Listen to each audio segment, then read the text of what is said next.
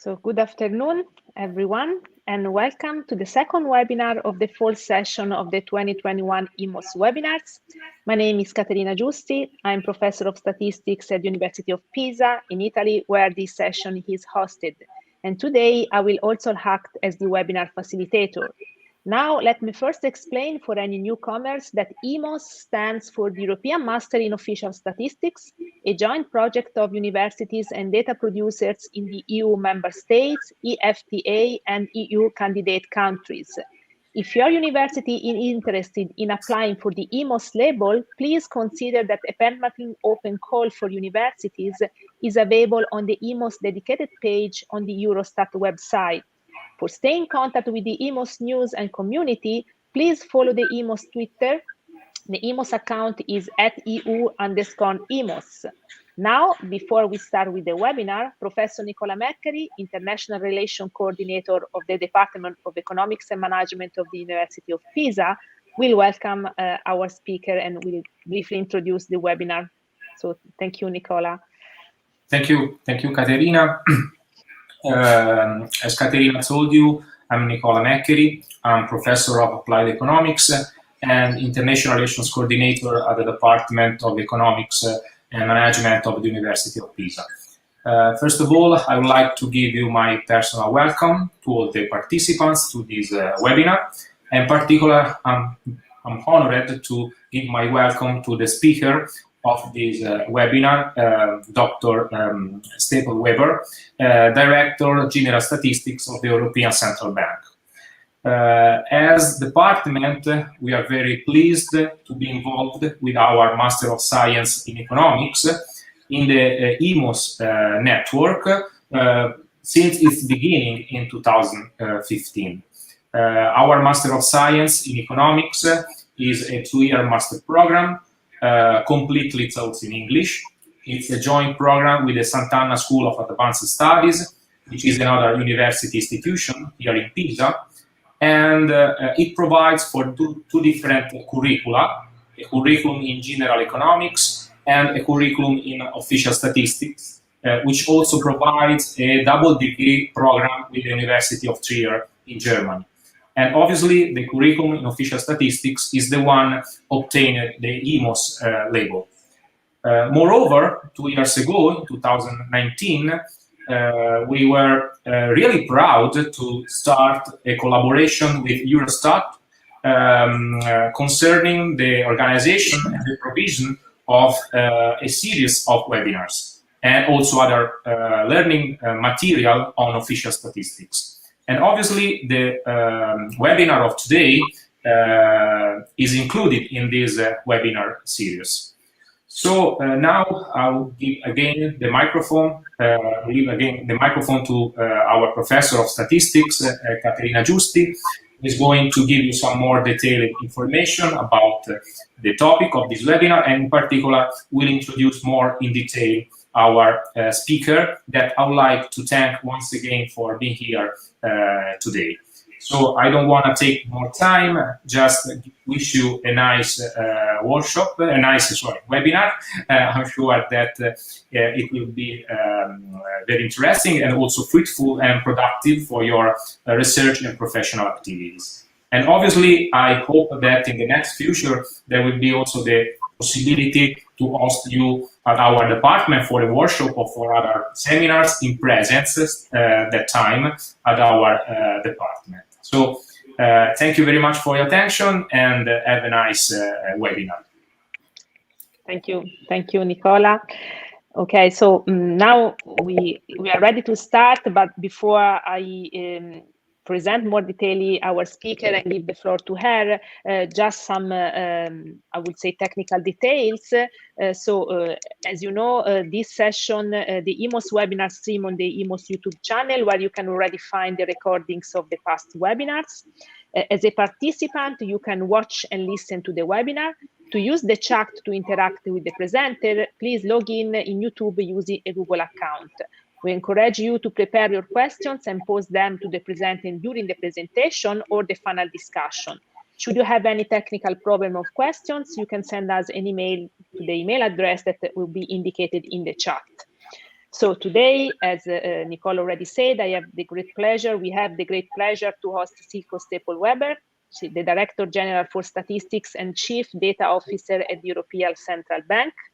The Directorate General Statistics provides statistical products and services to the European Central Bank, the European Systemic Risk Board, and other European and international organizations, and the public at large.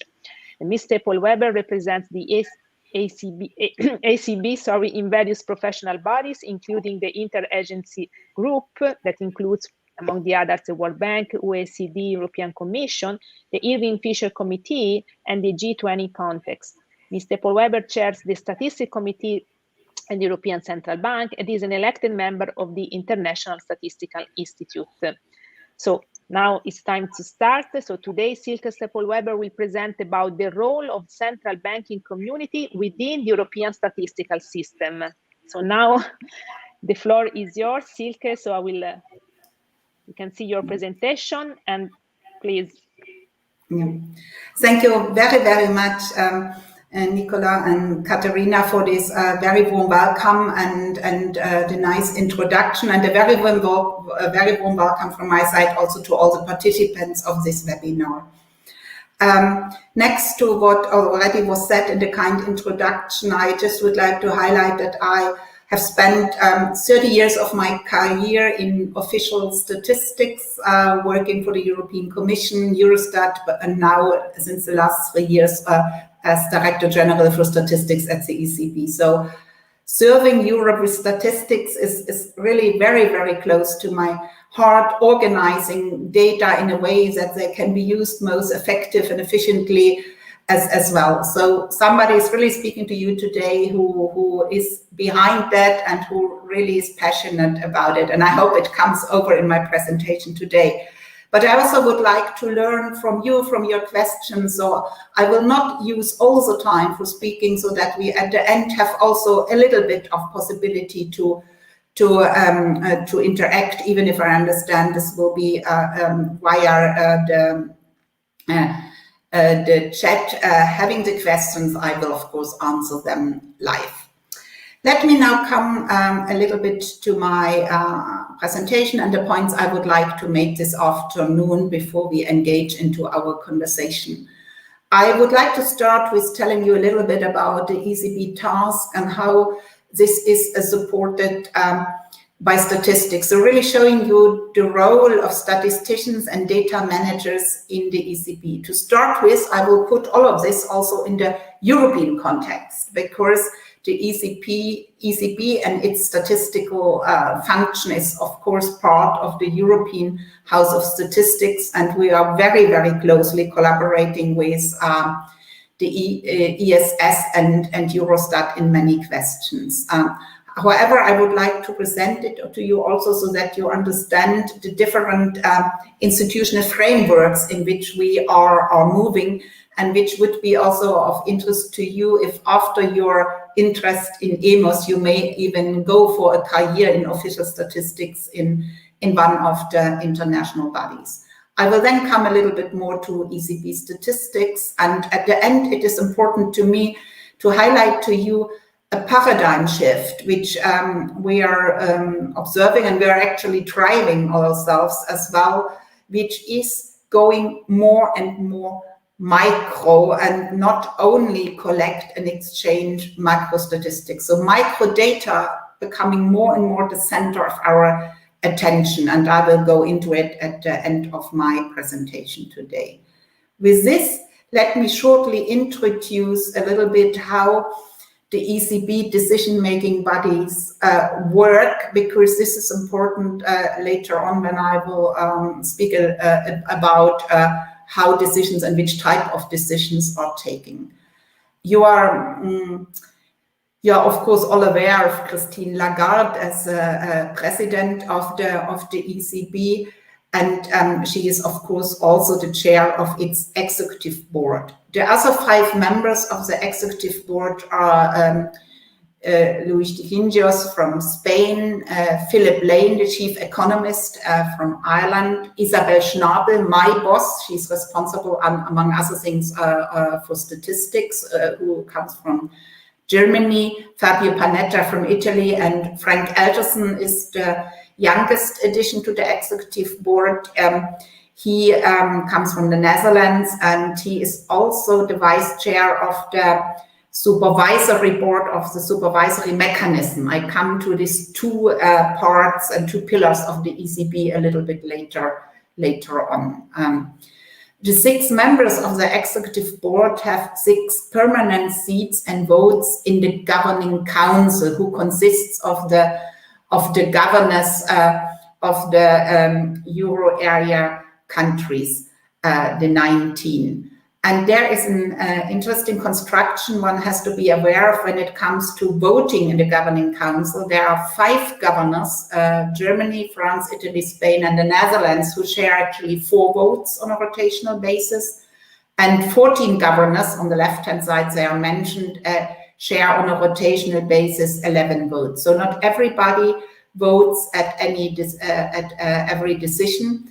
But having spoken about voting, I really need to highlight that the ECB and the governing council work very much on a consensual basis. So if you have a file that is complex and to start with controversial, one really works the extra mile in order to come up with solutions that can really be brought in by everybody. So very much a lot of work in the foreground, so that then the decisions can be taken on the most consensual basis possible. This is about the central banking side of the ECB. If we now come to the supervisory side, there the decision-taking body is the so-called supervisory board. The single supervisory mechanism, the SSM, is really the system of banking supervision in Europe. You have there all the national competent authorities of the participating countries, and you have the ECB as members. And the interest, in fact, about the SSM is that it is regulated by the European Parliament and Council in co-decision. So the governing council of the central banking side of the ECB can issue its own regulations and decisions. I come to that later. The supervisory activities are under Parliament and Council. The supervisory board, which consists of representatives from all those national supervisory competent authorities and ECB representatives, meets every 3 weeks about to carry out the supervisory tasks. And on the right-hand side, you have a picture of the chair, Andrea Enria, and the vice chair, I mentioned already, Frank Alderson, who is also a member of the executive board. And you have 4 further representatives of the ECB in the supervisory board, Pentti from Finland, Eduardo from Spain, Kerstin from, I can't tell you at the moment, sorry for that, and Elizabeth, who is Irish and usually works from the United States, from where she was recruited. So if we now look a little bit at ECB tasks, which we have to fulfill, so that I already here can outline a little bit how we are supporting this with statistics and data in order to lead you towards the role really data and statistics play for the ECB. Of course, it is very well known to all of you that we are engaging in the monetary policy. So price stability is what we really would like to achieve through the actions of the ECB. So the definition and implementation of monetary policy is also very visible to the public at large, because you have the monthly press releases, press conferences of Madame Lagarde, where she explains the latest decisions of the governing council, mainly around purchases of the ECB of papers, but also, of course, with regard to the reference rate for the inflation, which is measured in terms of the harmonized index of consumer prices. And that leads us already to one very important role statisticians have here.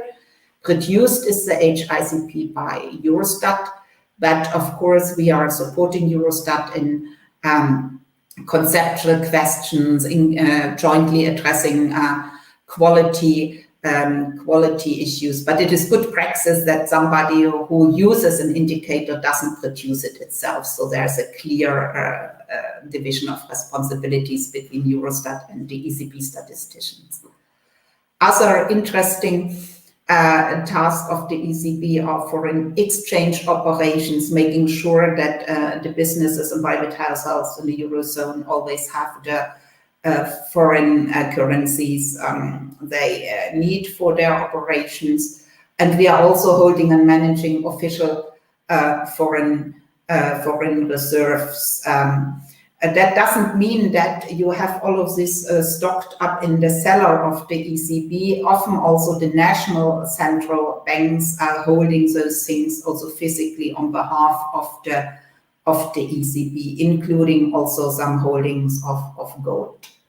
It also doesn't come as a surprise to you that the ECB has a big role to play in smoothly operating payment systems and supervising them. So everything that you do in terms of paying, for instance, with your credit card is supervised here. And increasingly, there also all the research work and the preparations are done in view of possibly introducing also a digital currency, a digital euro in Europe, but this is in early stages. For me, a very interesting part of the work of the ECB is actually the issuance of banknotes for which we have the exclusive rights. And I can tell you this department, and particularly its research part, is really, really interesting because they have also professions there you would not necessarily associate with a central bank, like biologists, chemists, colleagues who are very good in physics and so on, because of course they develop all the banknotes and are responsible for making them as safe as possible. And you wouldn't believe it, there are even washing machines going around. They're testing how often you can forget a note in your pocket until it doesn't exist anymore. Actually, my husband is very good at that, and I know from that experience that the 20 euro note is very sustainable if you put them in the washing machines. And of course, the ECB has the legal right to collect all data and statistics that it needs for its operations. I will come to it a little bit later. We have also the prudential supervision. I already spoke about that, of credit institutions. And what is also a very interesting part of the work is financial stability of the whole system, where we are really, really very closely collaborating with the European Systemic Risk Board.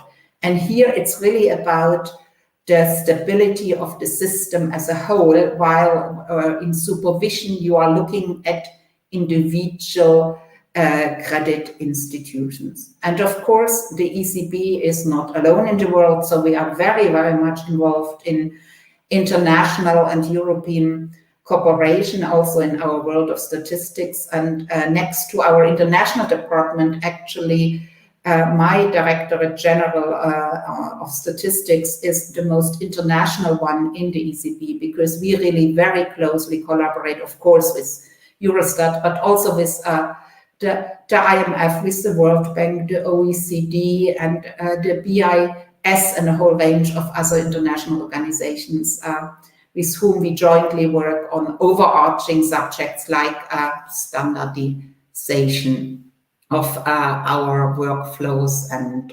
classifications, identifiers, all of this, what you need with a worldwide span to be able to produce comparable statistics also across border. This is now just going already in the direction of outlining that there are two distinct parts in this European system of economic and financial statistics, which are, however, very, very closely collaborating with each other. So of course, all of them are under the treaty of the functioning of the European Union. So, of course, the treaties apply to everybody. The European statistical system with Eurostat and the national statistical institutes are governed by Article 338 of the treaties, and European statistics legal acts are adopted by the European Parliament and the Council. On the side of banking, the Article 5 of the ECB Statute actually governs our activities in the European statistical system.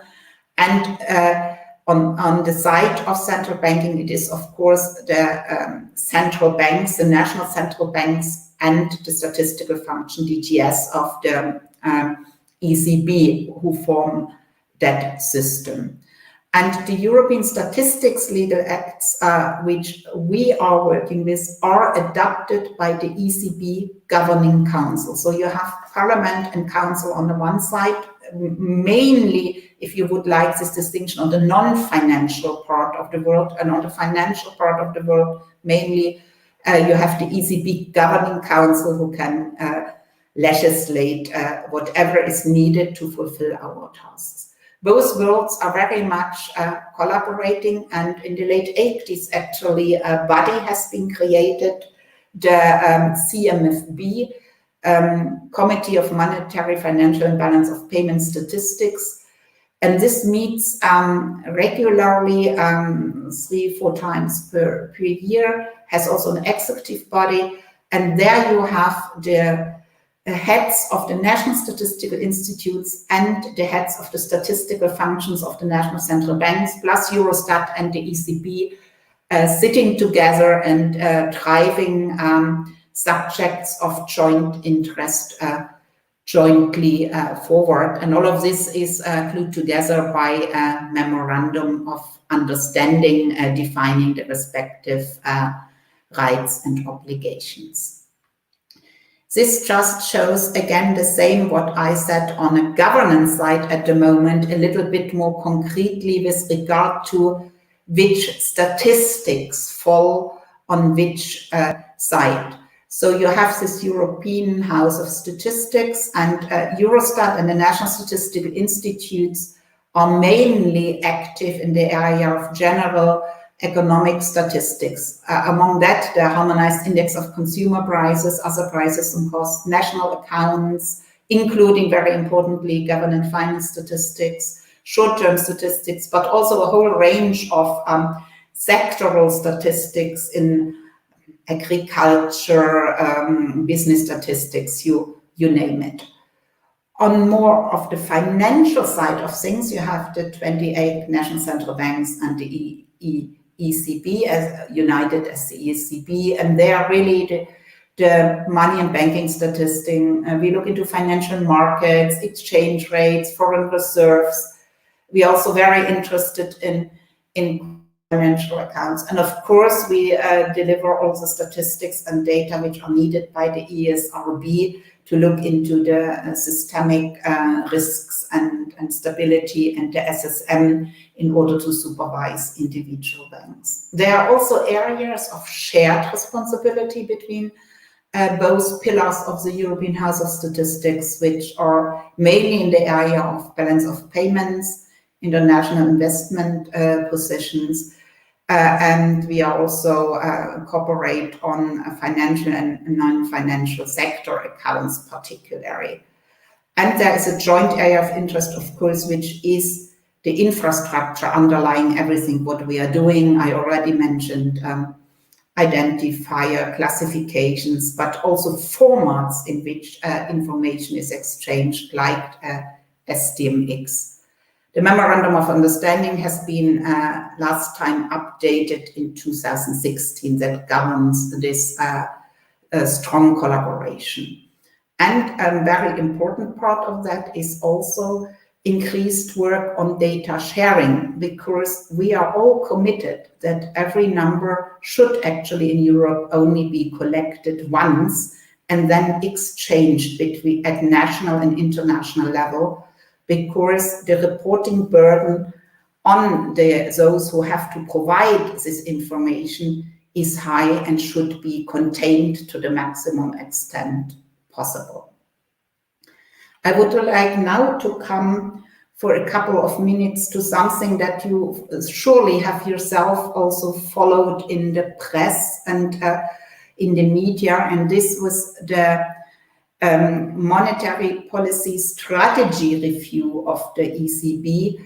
And I would like to show again the connections to data and statistics. The results of this monetary policy strategy review were published in early July this year.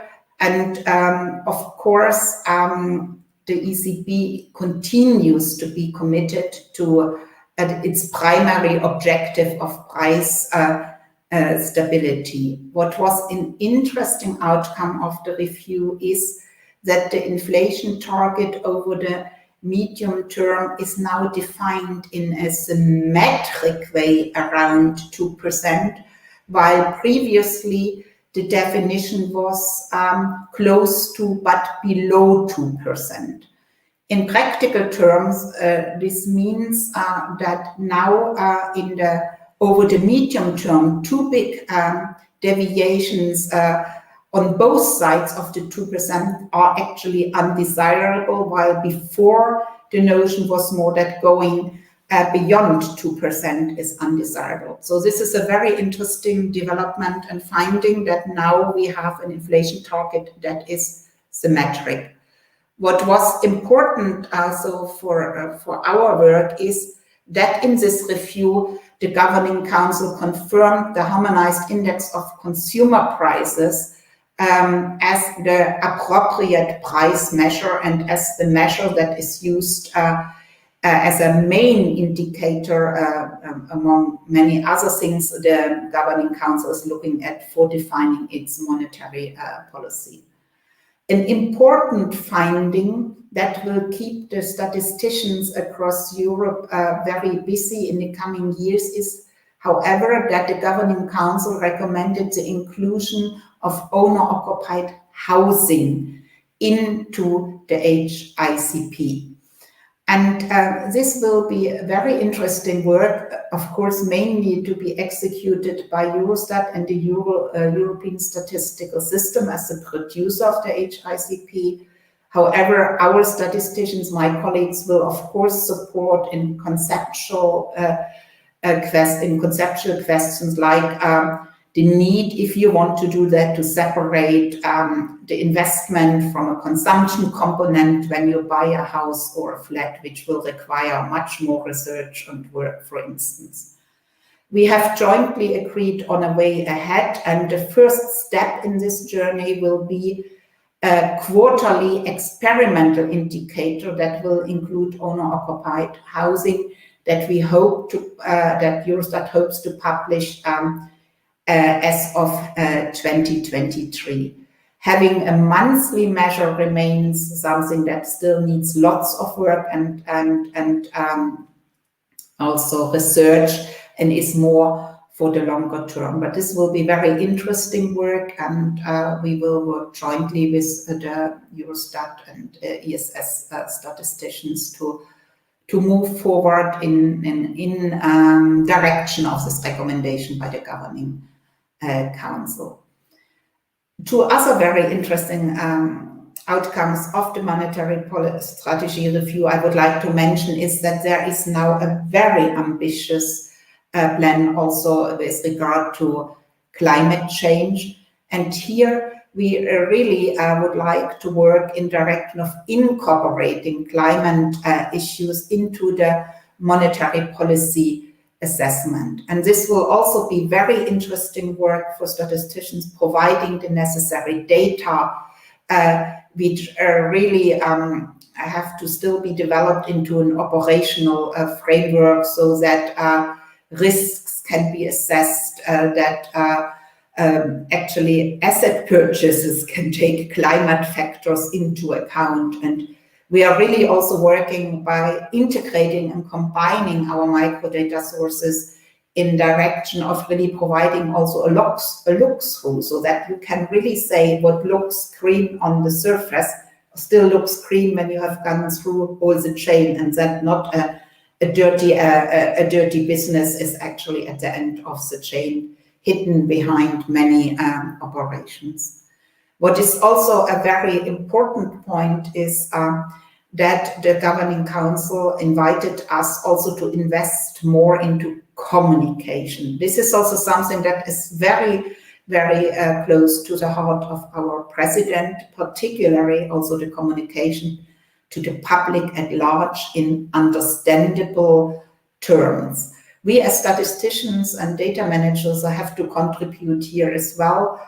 And in the framework of the Monetary Strategy Review, we have, for instance, released a digital publication, an interactive digital publication, which explains what the harmonized index of consumer prices is, and also addresses one of the problems between what is measured and what is perceived by the public at large around the inflation rate by offering private inflation calculator, where you can input your basket that you have yourself, and then your inflation rate will be, your HICP will be calculated by reweighing the basket that is used for the European measure. And many people have been surprised that what they perceive as, oh, the official measure is by far too low, is actually a result of themselves consuming a different basket. So here we have done already a lot, but we will have to go further, and particularly also using the opportunities of social media much more than we have done in the past. Let me now come a little bit closer to ECB statistics. I already explained earlier that we as ECB statisticians support all the work strengths of the ECB, of course, the monetary policy, the financial stability, but also the financial supervision. What is interesting here is that the two columns on the left-hand side, monetary policy and financial stability, largely require a macro perspective and require also that the statistics are very quality assured and correct at an average level, because you are mainly working with intermediate and final aggregates. The challenge is a completely different one on the supervisory side, where you look at an individual bank in detail, and where the quality assurance, of course, has to follow a completely other pattern. This is a big challenge to bring that under one hat, and of course also creates at times competing resource requests in what to invest more. But we are supporting all of it, and all sides, the more macro and the more individual side, are necessary for fulfilling the tasks of the ECB. I had already spoken about that the ECB can make its own legal base for the data and statistics that are necessary to fulfill its functions. So it has actually, under the treaty, the competence to collect all information needed to perform the tasks. And that is the sense of that slide, a whole suite of possibilities with different levels of being legally binding. So the first two ones are the strongest instruments. This is the regulation, which directly imposes obligations on reporting agents in the euro area. And this is also a very important difference to how statistics on the side of the European statistical system, Eurostat and the national statistical institutes, are governed. There, the legal acts of Parliament and Council address a country, why the regulations the Governing Council is releasing address directly our reporting agents in the euro area. So that means the banks like Deutsche Bank or any other business bank in the euro area. Another binding instrument is the guideline, which imposes obligations on the euro system. That means on the national central banks and the ECB. So the first one directly at the business banks and other financial institutions, the guideline on the national central banks and the ECB.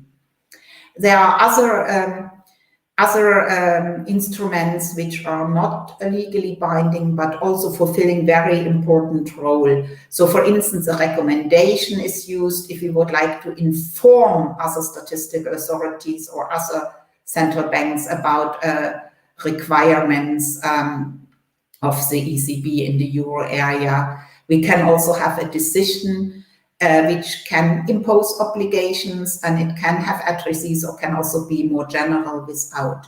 We use the form of a notice if we want to inform or explain. And a very interesting instrument is the opinion. This is usually used when under the legal framework, the ECB has to be consulted when the Parliament and Council want to release a new legal act, which we are also concerned with. Then the ECB is officially consulted, and this takes the form of an opinion under the treaty and statute. And of course, we have a memorandum of understandings, which are mutual agreements between the parties as everywhere else in life, and which have mutual rights and obligations. This slide just summarizes again and shows again that data and statistics are everywhere. Actually, data and statistics are the center of everything that the ECB is doing, because they provide the basis for informed decisions and for sound decisions by the decision-making bodies. I would like just to highlight on that slide again that we are, of course, not alone in the world, and also really engaged in international cooperation, as mentioned before, in the framework of the statistical initiatives of the G20, with the Bank of International Settlement, IMF, OECD, World Bank, all we are working with. And I would like to highlight that ECB statistics are a public good that are published and freely and or without cost available from our website and data warehouses. This is now 2 slides which talk a lot about which concrete statistical activities we are engaging in, but I do not want to go through all of those now, as most of them may also be known to you, but I would like to highlight on the next slide that sometimes what is in the focus of our work may actually also change emphasis over time. A good example for that is government finance statistics, which was very much in the center of everything in the aftermath of the sovereign debt crisis, where really debt and deficit measures, methodological work in that respect have been in the center of attention, executed by Eurostat, but also followed very closely and supported by our statisticians. And given that now, during the pandemic crisis, the emphasis was not so much on that. However, the sovereigns really have increased their debt in order to support, during the crisis, the economies and people of their countries. It will come back to the center of attention soon, because once we are out of this pandemic, hopefully, and over its tail as well, this question about debt and reducing debt will again come to the center of attention. Another also very interesting development is actually going micro. As learning from the financial crisis in 2008-2009, many more micro databases have been developed or further developed if they already existed before. The youngest kid on the block here is the centralized loans database, Anacredit, which just has become more or less operational, and which includes every loan in the European Union above 25,000 euros. So you can imagine how many data points that are on a daily basis. And any of these loans is described with 88 metadata points. So we have developed very interesting and useful micro databases. Securities, already the development started in 2002, but was really also further accelerated in the aftermath of the crisis, money market transactions as well. Now, as we have these databases, which all at their time have been developed in what one could call standalone silos, now the task of the day is to integrate them, because the real insight for informed policy making and informed decisions comes from the integration. And when you can look at the same time at loans and securities, this is where the value is and where we will have to focus our work in the coming years. It may also be known to you that actually the ECB undertakes own surveys as well, for instance, to access to finance of small and medium enterprises.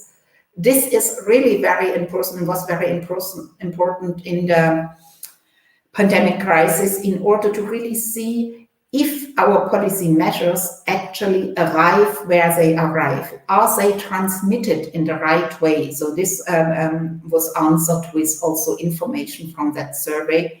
And this was complemented really with household finance and consumption survey as well. In order to do all this work and to support the policymakers in the ECB with our statistics, we have our own business area in the ECB, the Directorate General of Statistics, and you have here the organigram of the Directorate General. I don't want to go into details, but I just want to say that an interesting addition that really supports me now, and which is just became operational, which supports me in my function as Chief Data Officer, is that the ECB now also has a data office, and that is also supporting the data committee of the ECB. So we have specialists now who will look horizontally into data management and governance questions across the whole ECB and across the central banking and the supervisory side, with the main objective to create effective and efficient production processes from end to end, and over time really get rid of unnecessary overlaps. This was a very interesting development. In total, we have about 250 colleagues working on a permanent basis with us, and about 100 colleagues, among them many also in a traineeship, to which I will come at the end here. So a very impressive workforce and fit to the enormous tasks that we have to fulfill. Let me now come to finalize my talk today a little bit to this paradigm shift, which we are really experiencing now from macro to more micro. What is behind all of this is also at the end of the day to be able to produce statistics in a more modern way, actually to reap the possibilities that are offered by digitalization and automation. The more we go micro, the easier it is for us to answer new questions without having to go through endless legislative processes, which can easily up to take between 3 to 5 years. So by the time you have the data which you need to answer the question, maybe the question doesn't exist anymore. But if you are micro, I always compare it with tiny little Lego stones, which you can rearrange to answer new questions without having to go through the heavy processes of creating new statistics on a legal basis. But they are really useful, these microdata, if we integrate them and if the users can use them in conjunction to each other.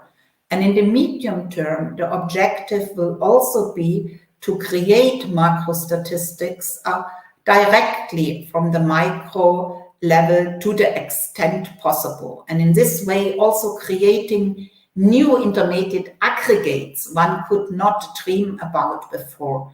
And don't misunderstand me, there will be always statistics which are multi-source statistics, like national accounts and balance of payments. There, nothing is automatic because you need to look at your different sources, you need to make informed judgments, which source you believe more, you need to combine them, and this may change over time.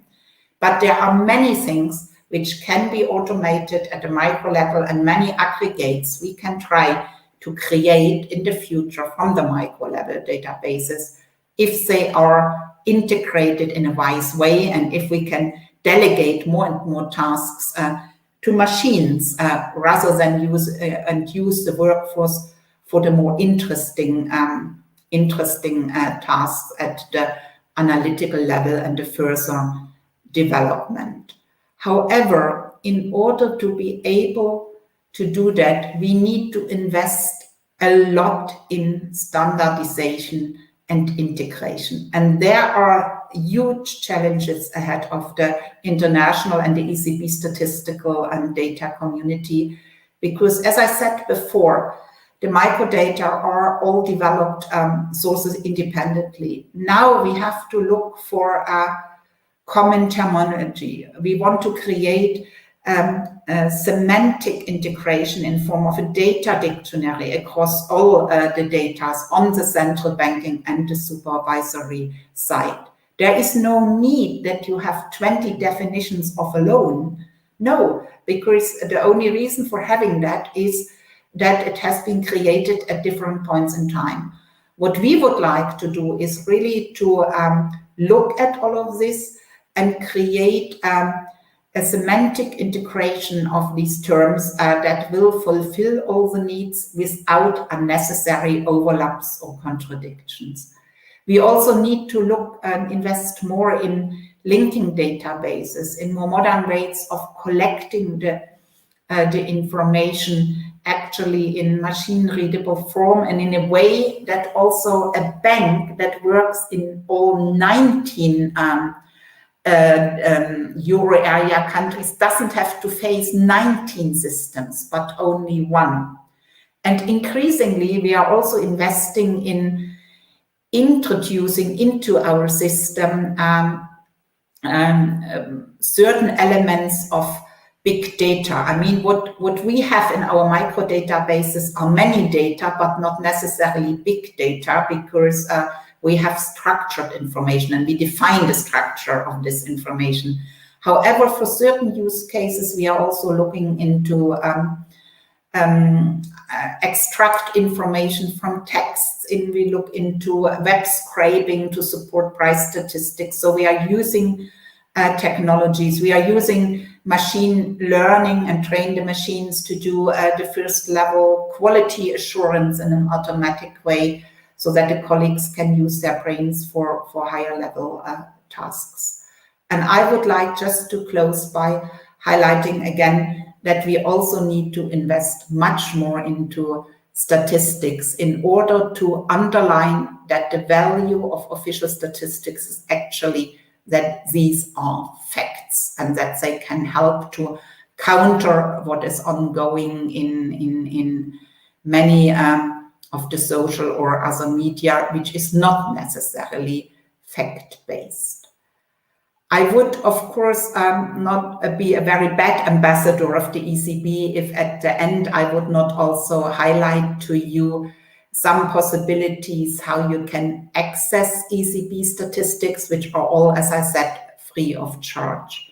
We are currently working also on creating a new data portal that should come out towards the middle end of next year that will combine website functionalities with a statistical data warehouse, but already now you find an enormous wealth of information. And of course, you may be interested to join the statistical family.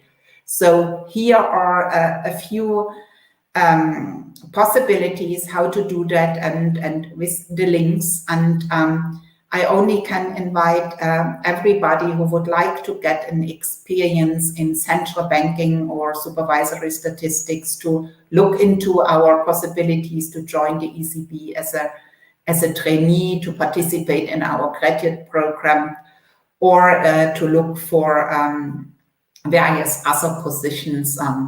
Of course, the same programs also exist in our partner organizations, and this slide is just to provide you with a couple of links where you could find the information if you are interested. So, and now I would stop talking, and of course we can engage now into a couple of questions to which I hopefully can also provide the answers. Thank you very much for listening to me so far. Thank you. Thank you, Silke. Yes, we receive like a comment and then a question in the meanwhile. So the comment is, in the World Bank, I think metadata limitation are the data are taken from big cities and are not representative of the general conditions within the country. So the question is, in your microdata, I mean, the aim is to also have disaggregated data. I think it is citing provinces and municipalities, so within a country, or I think the question is, are you more interested in the single countries as a whole? As I said, let's take about the loans, Anna-Credit, for instance, here. Yeah. So there is every loan that is given to a business, not to private households, to a business in the euro area above 25,000 euros is in that database. And of course, the data, and each of these loans has 88 metadata points describing what it is in all kind of dimensions. And of course, one also knows where the issuing bank is situated. Yeah, but I myself, we have not concentrated on that geo analysis so far. Yeah, but I'm sure something would be possible. But this is not the main focus of the database. Okay, I also received by email a question. Maybe someone is not working. The chat is not working. So the question is, which kind of statisticians work for the ECB? Also methodologists. So if you have also researchers, I would say, in statistics. What kind of statisticians?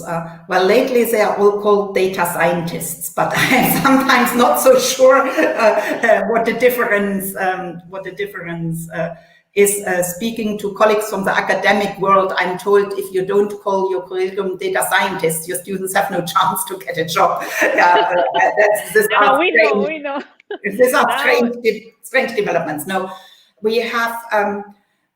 Many of our colleagues come from different areas of statistics. We have also pure methodologists, yeah, for instance, in the area of government finance statistics, HICP. We have colleagues who really could conceptually explain you everything from start to end, and they are also engaged in research work. We have also colleagues who are trained as survey statisticians for this very special work. But we have also many colleagues. We have trained supervisors who help now on the statistical side. But many of our colleagues also come with a degree in economics, for instance, or in IT for the borderlines between statistics, economics, and IT. And the ECB is also actually, once you are in, really fostering mobility, because we would like to have colleagues who are round, so to speak. Yeah, so it's really encouraged to spend a couple of years also in the economic departments, in the policy departments, and then come back to statistics. So this is really encouraged. In addition to the research we do in statistics, there is, of course, a whole research department of the ECB that has 200 researchers, more into policy questions. Yeah, and there you have also the forecasting departments, yeah, and those who do all this work in looking into the future. Yeah, this is not done by the statistics department. We are providing the information on which the models are running, but this is done, the modeling and the forecasting activities, in the research and economic departments, not in the core statistics. Yeah, but the range of colleagues is very wide. The background, and of course it always requires higher levels of education. Yeah, so many of our colleagues actually have a PhD or finalize their PhD when they are joining us. And I'm currently trying to organize that the ECB every year would, in statistics, sponsor 1 to 2 PhD works, because I really would see value in strengthening this interaction with the academic world. And we could easily imagine that some of these very interesting and complex questions around microdata, around their integration, could also be subject to a PhD work by somebody who is interested. Yeah, so that we kill 2 flies with 1 stone, so to speak. Yeah, and this is done in other parts of the ECB also already, and usually very fruitful. So yeah, economics, statistics, IT, these are the angles you mostly would join DG Statistics at the ECB. Okay, we are running a little with time, but I received another question. Could you please explain again which kind of data are specifically collected by the ECB? Well, one has to first see that ECB itself doesn't collect too many data directly. We are doing it as a system, as a European system of central banks, of which the ECB statistics department is a part. So, for instance, all these data on loans and securities which the banks have to provide go first to the national central bank, where a certain quality assurance is done and where also the interactions with the reporting agents happens, because for that it's also a big value if you can talk the national language with them, and not only English. Not everybody speaks English in all corners of Europe. And then the creation of so-called European statistics based on this data, which are provided via the national central banks to us. This is the task of the ECB Statistics Department. However, there are a couple of exceptions where we do some surveys ourselves, and I mentioned this access to finance by enterprises and also the private household financial and consumption survey as examples, where the ECB directly collects information and also collaborates very closely, for instance, with the European Commission on certain aspects of these surveys. So mostly we are receiving the information via the national central banks. Thank you. So I think it's time to close, but I want to ask you just a question, a very general advice, I would say from a professional point of view, if you think there are some skills that you think are important for our students to develop, I mean, if they want to aim also to work at the ECB or, I mean, of course, the knowledge, of course, topics we have understood, can be statistics, also economics, but I don't know, working in team, what do you think are important skills nowadays? To be completely honest with you, if you would think about this paradigm shift and going more micro and really having huge micro data bases and so on, yeah, what I'm lacking most at the moment are a couple of engineers who look with a different look at this, yeah, and who couldn't care less what statistic it is, but have the whole process in mind, yeah. So process engineering, process analysis, and process integration are skills which are very much wanted, yeah.